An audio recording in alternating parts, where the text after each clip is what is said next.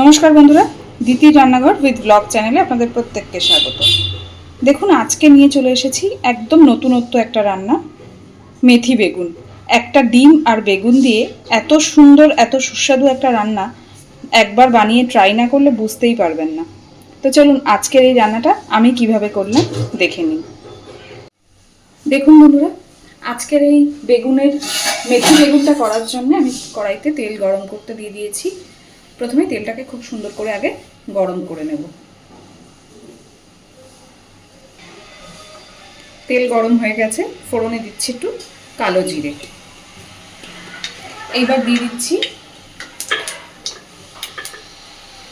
পেঁয়াজ কুচি,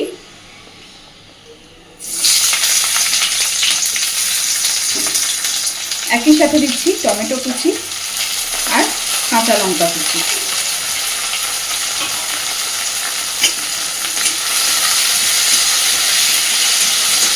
একটু নাড়াচাড়া করে নেব, খুব বেশি ভেজে ফেলবো না পেঁয়াজ টমেটোগুলোকে,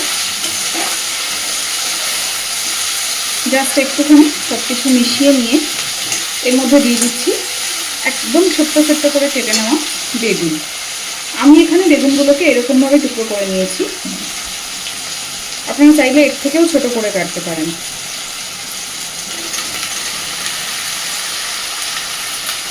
এই রান্নাটা যতটা সহজ, যতটা ঝটপট, খেতেও কিন্তু ততটাই সুন্দর। ভাতের সাথে তো ভালো যায়ই, তবে এই রান্নাটা সব থেকে ভালো যায় রুটি পরোটার সাথে।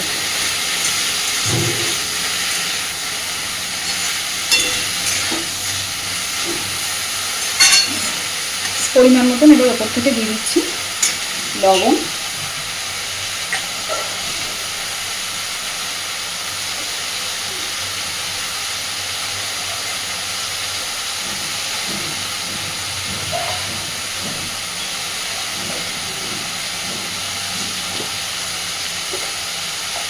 দিচ্ছি হলুদ গুঁড়ো,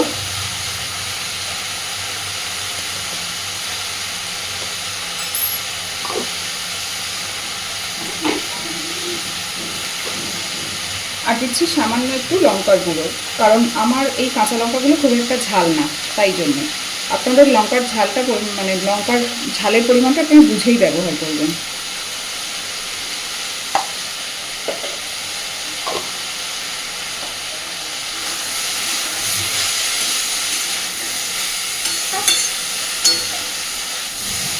সব কিছুকে ভালোভাবে মিশিয়ে দিয়েছি।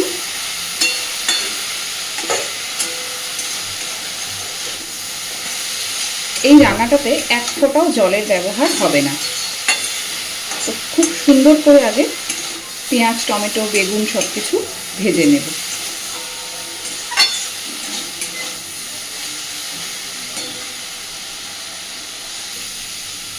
দেখুন, বেগুনটাকে বেশ অনেকটা ভেজে নিয়েছি।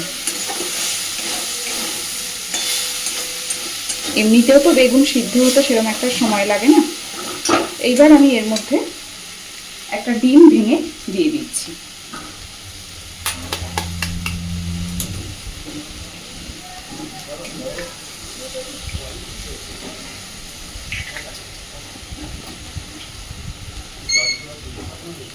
এই রান্নাটাতে অবশ্যই ডিমের ব্যবহারটা করবেন।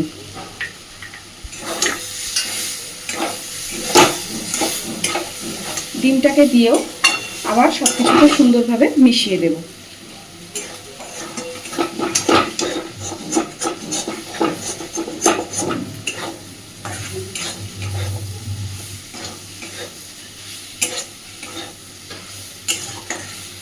আমার এখানে বেগুনের পরিমাণটা কম, তাই আমি একটাই ডিম ব্যবহার করেছি। আপনারা ডিমটাও বেগুনের পরিমাণ অনুযায়ী কম বেশি করে নেবেন।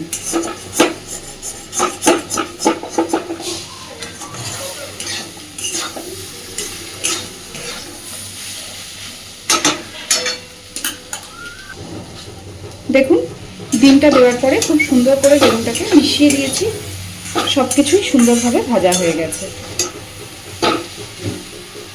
এই পর্যায়ে আমি গ্যাসের ফ্লেমটাকে অফ করে দেব, আর ওপর থেকে দিয়ে দেব খানিকটা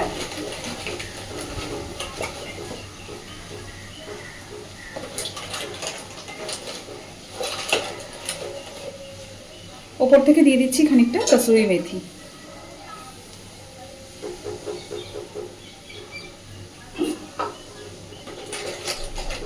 সব কিছুকে আবারও খুব ভালোভাবে মিশিয়ে দেব।